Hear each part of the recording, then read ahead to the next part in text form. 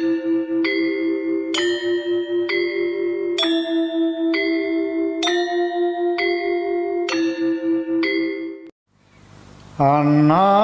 kidung rumaksa ing wengi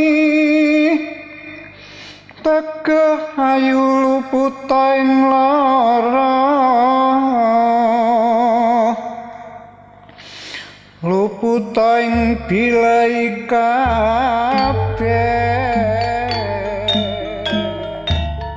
Sejarah perkembangan suatu masyarakat selalu diwarnai konflik perebutan kekuasaan.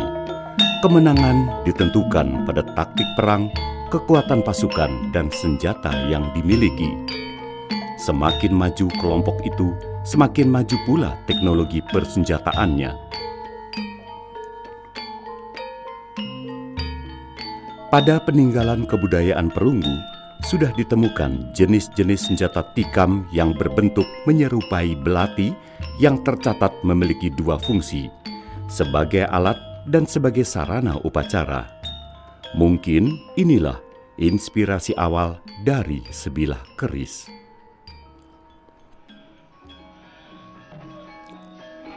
Evolusi teknologi senjata tikam dari yang primitif hingga yang dikenal senjata berbahan logam berjalan seiring dengan perkembangan teknologi. Dari sinilah keris terlahir. Setelah itu ada sejarah yang terputus dari evolusi senjata tikam zaman perunggu menuju bentuk keris. Oleh karena ditemukannya material logam besi pada suatu zaman. Merubah teknologi pembuatan senjata tikam perunggu berbasis pada sistem cor menjadi teknik tempa lipat pada pembuatan keris.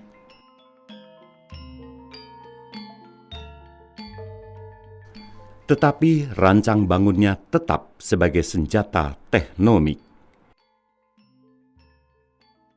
Senjata yang dirancang untuk perkelahian jarak dekat diperhitungkan kemiringannya untuk merobek tubuh.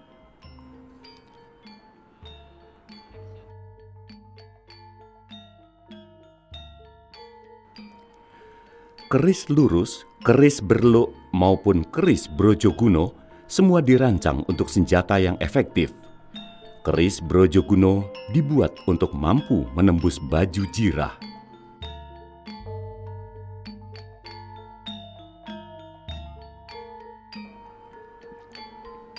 Perubahan fungsi keris dipengaruhi hegemoni sistem kekuasaan kerajaan. Keris menjadi benda sosioteknis sebagai penanda status sosial. Adanya sistem kekuasaan raja menjadikan keris sebagai andalan untuk berkuasa, sehingga dahulu empu disanjung sebagai orang sakti yang melibatkan adanya proses spiritualisasi. Keris dibuat harus menjadi senjata yang ampuh.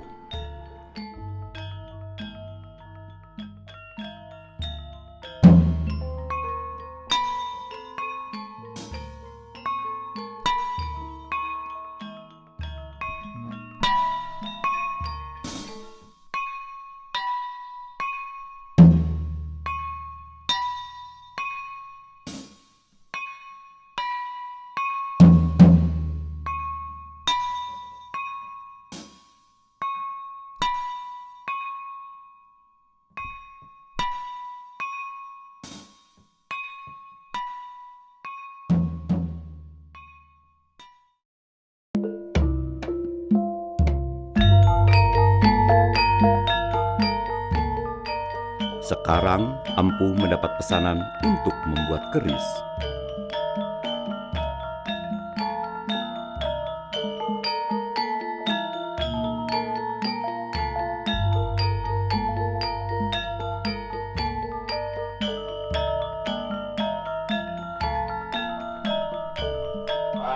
Pandariji kang kinarya supit Rama medal saking tutuk ira mongko kikir panuduhe. Tahap awal seorang empu dalam pembuatan keris menyiapkan bahan-bahan besi, baja, dan bahan meteor. Kemudian sang empu akan merenung dengan segala upaya, menunggu datangnya inspirasi tentang bentuk keris yang akan dibuatnya selaras dengan permintaan pemesan. Kini sang empu mencari hari baik.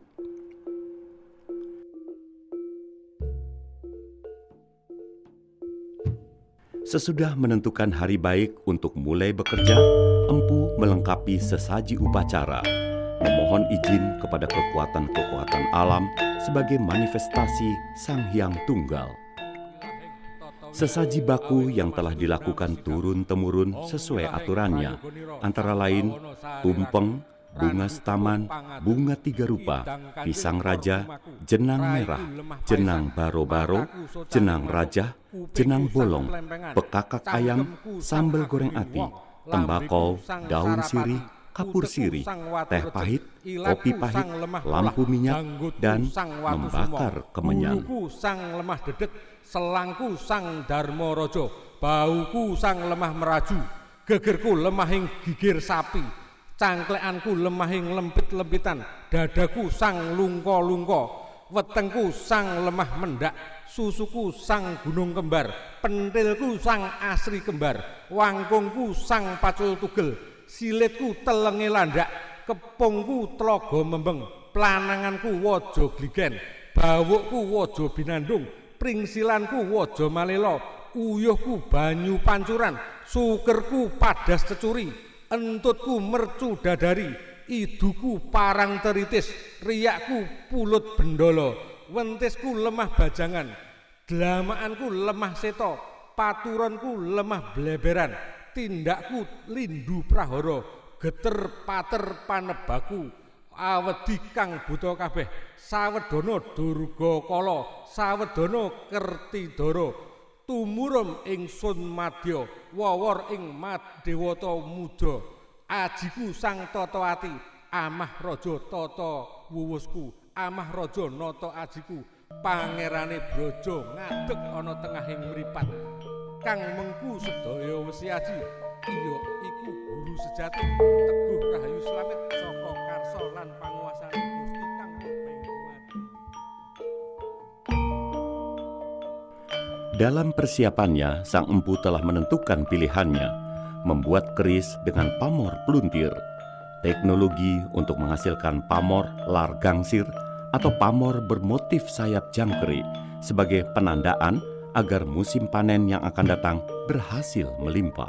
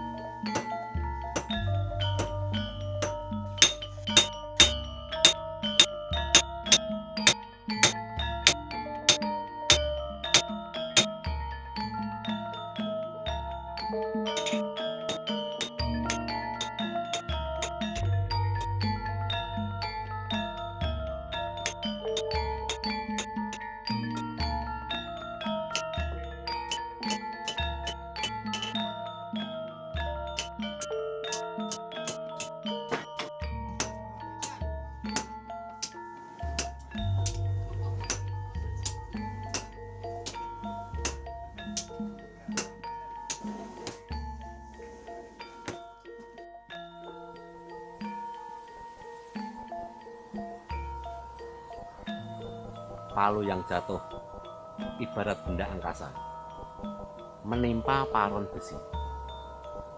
Paron itu ibarat bumi.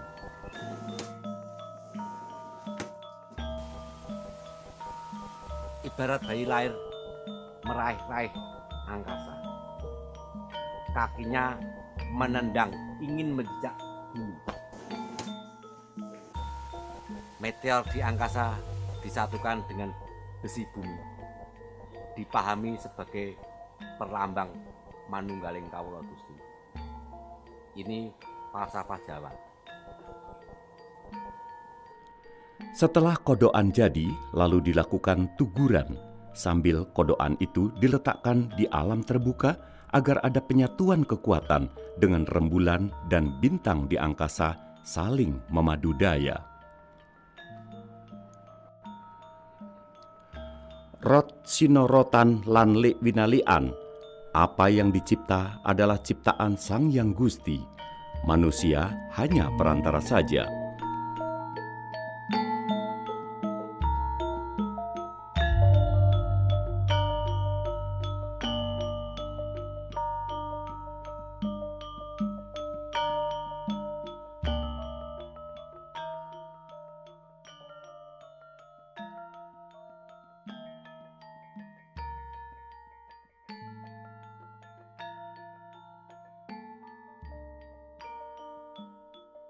Lalu empu bersama Panjak, tetangga dan teman sesama empu ikut begadang hingga subuh sambil ditemani makanan kecil dan minuman.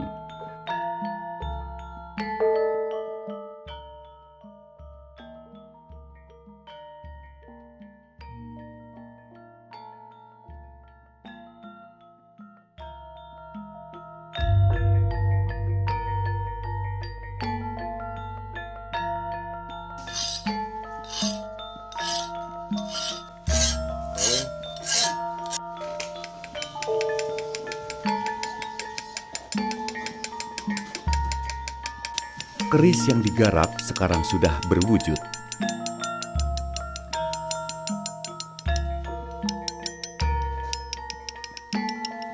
Kini memasuki tahap nyepuh, yang secara teknologi sebagai cara untuk mengeraskan besi. Empu menyiapkan tabung bambu yang diisi minyak kelapa sambil menggelar sesaji sederhana, biasanya berupa tumpeng kecil, bunga 3 rupa, dan uang recehan untuk jajan pasar para makhluk halus. Membakar kemenyan sambil membaca mantra berulang-ulang. Keris dibakar hingga membara, lalu dicelupkan ke dalam tabung bambu.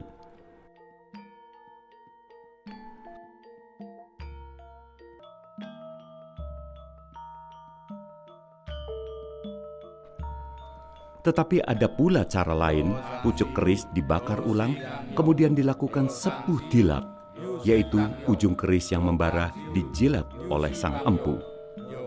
Dalam ritual sepuh dilat, dilakukan 7 kali menjilat bara api keris sesuai diagram candra manusia, yang menyatakan bahwa manusia memiliki 7 konstruksi jasmani.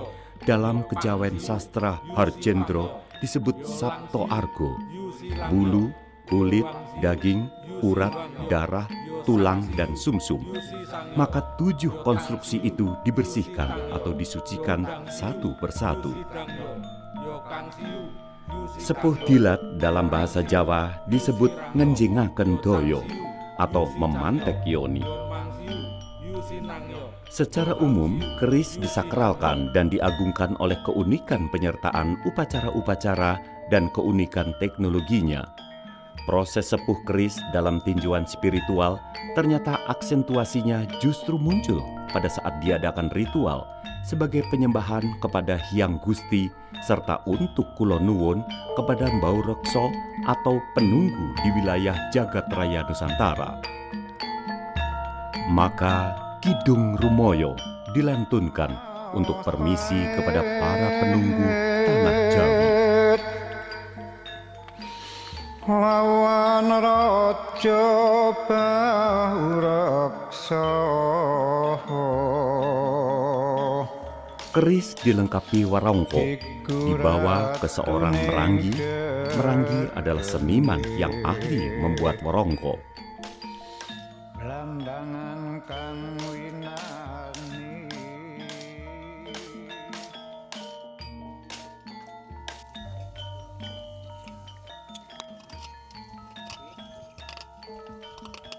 Mempersiapkan kayu, lalu membentuknya sesuai pedoman yang sudah turun-temurun sejak dahulu kala.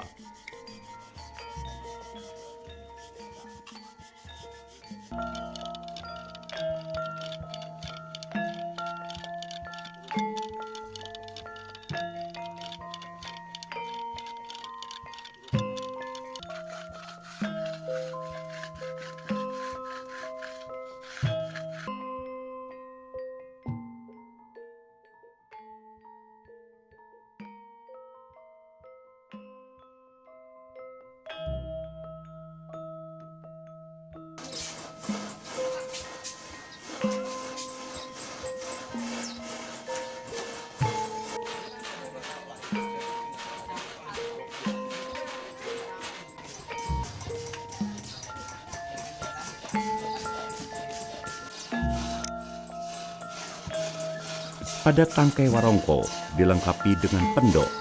Fungsinya sebagai penghias, namun di zaman dahulu logam ini berfungsi pula sebagai tameng untuk menangkis serangan.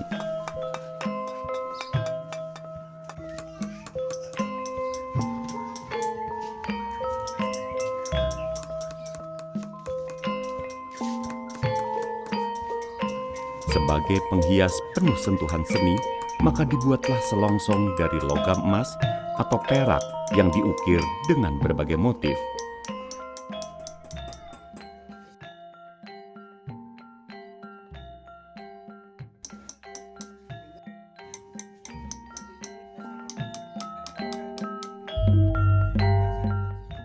Setelah keris selesai dibentuk dan melalui ritual-ritual itu, direndam ke dalam air kelapa yang sudah basi agar kerak-kerak besi pembakaran terlepas.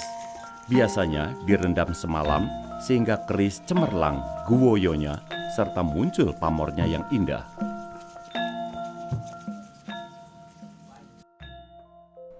Setelah itu, keris dibersihkan dengan air jeruk nipis hingga putih.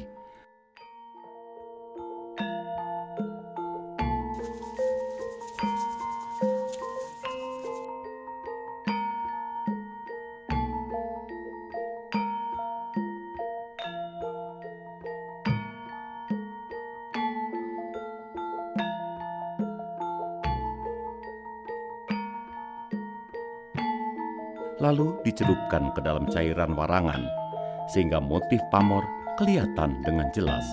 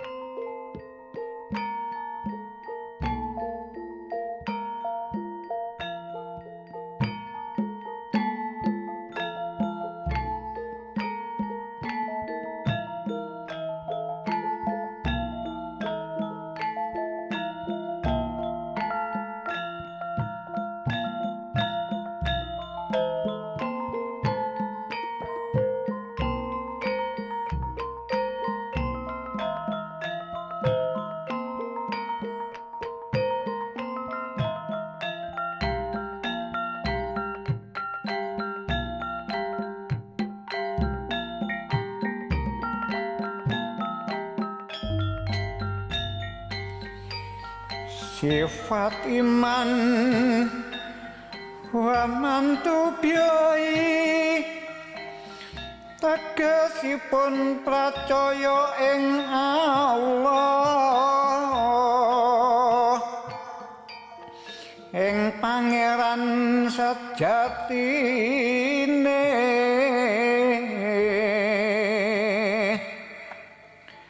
Yo pangeran kang agung kang karya umilan langit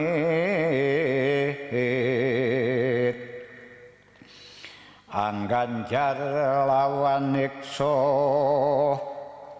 mring manusa sagung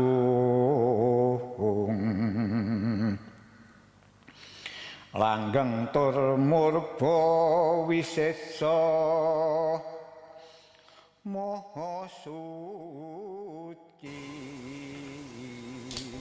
Anak Mas, dari mana kamu? Habis jalan-jalan, Romo. Romo, apa betul keris ini ada tuah, Romo?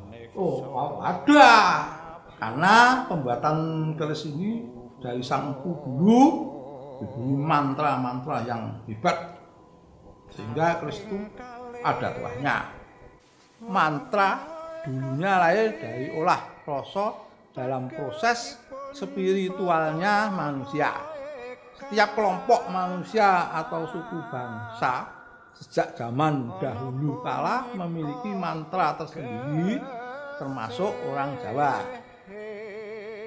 Mantra diucapkan berulang-ulang, bahkan sudah dari abad ke abad, sehingga seolah terjadi sebuah perjanjian dengan alam semesta. Maka dari itu, mantra memiliki kekuatan yang dahsyat.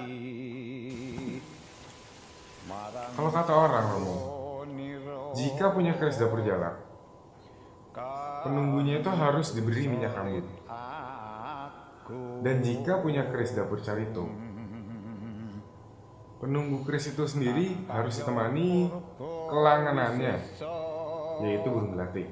Apa betul itu, Romo? Wah, betul. Nah, kalau punya keris pamornya Ron Kedu harus menyanding istri muda.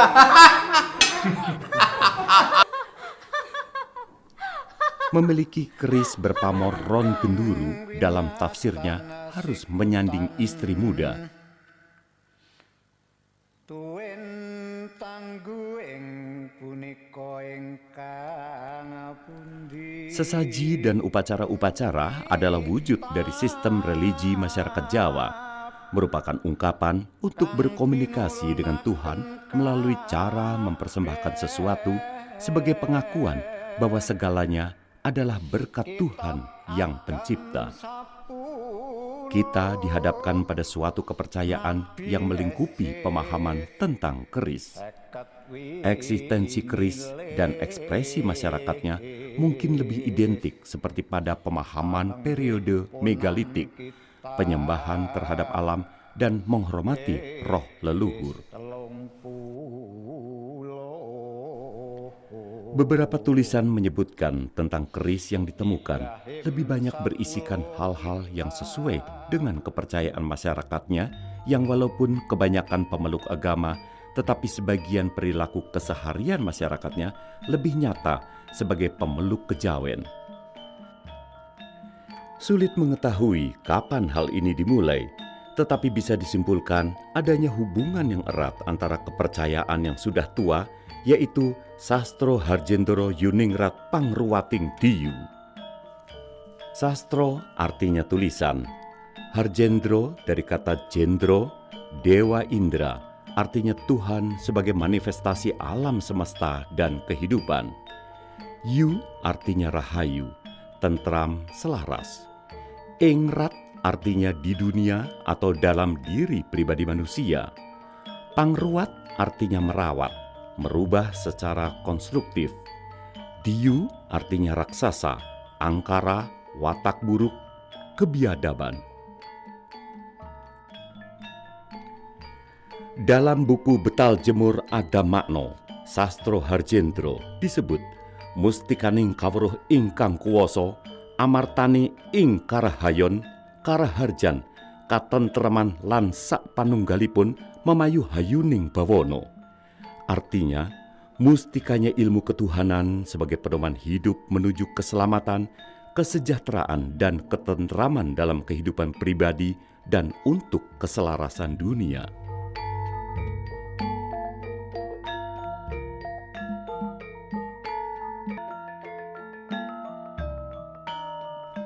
ilmu Sastro Harjendro dianggap sebagai pengetahuan yang jauh lebih tua atau yang paling tua, dengan perakiraan eksistensinya dimulai sejak adanya pemikiran manusia. Pada saat adanya manusia, disitulah Sastro Harjendro sudah direnungkan.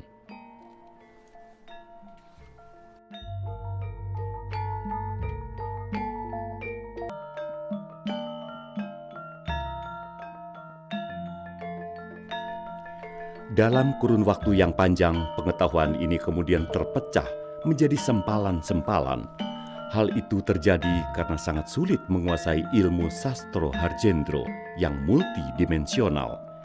Karena selain sulitnya olah kesucian batin dan mencari hakikat hidup, terdapat juga bagian ajaran yang intens untuk mencapai kejayaan dalam kehidupan keduniawian. Antara lain ilmu Joyo Kawijayan dan Kamulyan, kemudian ilmu Kanuragan atau Kadigdayan.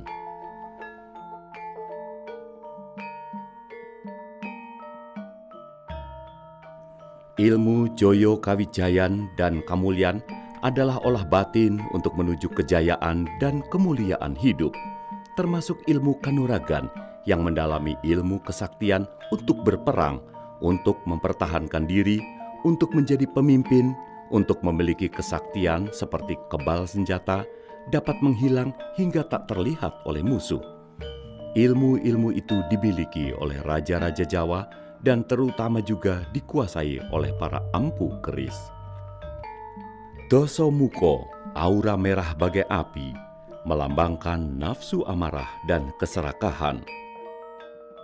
Kumbokarno, aura hitam berwatak bumi, melambangkan pengabdian. Sarpo Kenoko, aura berwarna kuning, lambang nafsu keduniawian. Gunawan Wibisono, melambangkan perilaku bijaksana, religius beraura putih. Keempat tokoh wayang ini adalah simbol tentang adanya Howo Patang Prakoro atau 4 nafsu manusia yang selalu menjadi sebuah metode ajaran dalam sistem kepercayaan Jawa. Motif pamor pertama menggambarkan corak garis-garis yang menjulur ke atas seperti karakter dari kobaran Agni atau api, merupakan unsur api sesuai dengan karakter Doso Muko. Motif kedua, pamor keleng atau polos, menggambarkan watak Bantolo atau bumi, merupakan unsur tanah sebagai simbol pengabdian dan kesentosaan sesuai dengan karakter Kumbokarno. Motif ketiga, pamor yang berbentuk meliuk dan berpusar melambangkan karakter Tirto atau air, penggambaran unsur air sesuai karakter Sarpo Kenoko. Konfigurasi pamor keempat berupa garis-garis seperti sapu lidi berjajar sebagai simbolisasi penyapu bencana, dilambangkan berupa kekuatan Bayu, penggambaran unsur angin yang sanggup menyapu segalanya sesuai karakter Wibisono. Pamor kelima adalah bentuk raja, hasil dari kondisi ekstase sang empu sehingga memiliki kekuatan sesuai tujuan pembuatannya.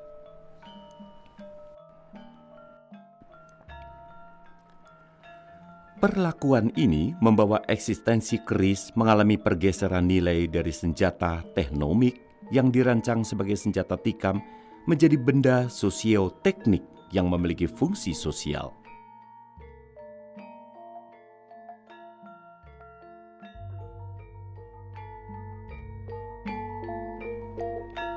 Seperti upacara kirap suro yang dilakukan di Surakarta setiap tanggal 1 Suro kalender Jawa.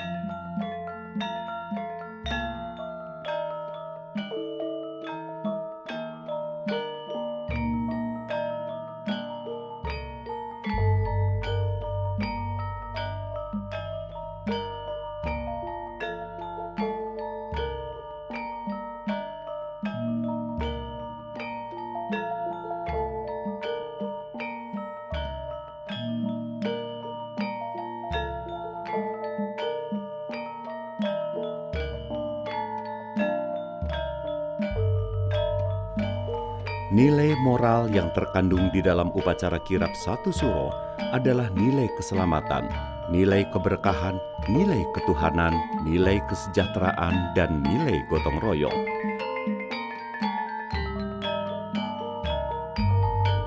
Persepsi masyarakat terhadap nilai moral yang terkandung dalam upacara kirap satu suro antara lain mendapatkan ketenteraman dan kesejahteraan, mendapatkan berkah, memohon kepada Tuhan Yang Maha Agung terhindar dari mara bahaya.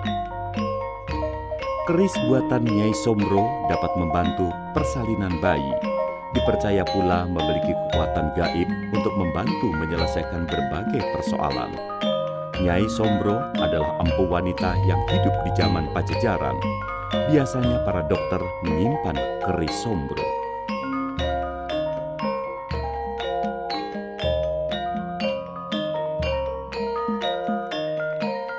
Tombak Kanjeng Kiai Cetak adalah koleksi keluarga keraton Trah Pakubuwono ke-9. Sesuai dengan gelar tombak tersebut, bentuk ujung tombak menggambarkan lidah. Cetak dalam bahasa Jawa artinya lak-laan atau rongga mulut bagian atas. Jika kita terluka, para orang tua zaman dahulu menyuruh mengolesi ludah yang ada di cetak, yaitu air ludah yang ada di rongga mulut bagian atas. Dalam ajaran Sastro Harjendro, lendir pada cetak disebut jatu seti, merupakan cairan lendir sisa slim yang tidak kering pada saat proses bayi lahir.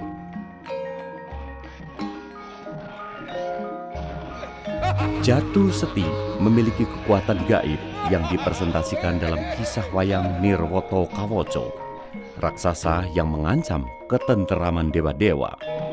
Nirwoto Kawoco yang kebal senjata akhirnya terkalahkan hanya oleh panah Arjuna yang menancap mengenai cetaknya saat raksasa itu tertawa lebar. Dari perenungan ini, tombak Kanjeng Kiai Cetak dalam tafsirnya cocok dimiliki oleh penyembuh supranatural, dokter, dan pemimpin yang tegas agar segala ucapannya harus sabdo dadi, yang artinya sekali ucap terwujud. Kanjeng Kiai Kudus adalah karya keris Kamardikan, dibuat dengan membubuhkan. Simbol 3 binatang merupakan simbol pengakuan pada kebesaran 3 alam, Trihita Karana, langit, darat, lautan, selalu seimbang dan diharapkan selalu harmonis, sebagai harapan agar manusia jauh dari pertengkaran, tidak ada bencana alam, dan lain sebagainya.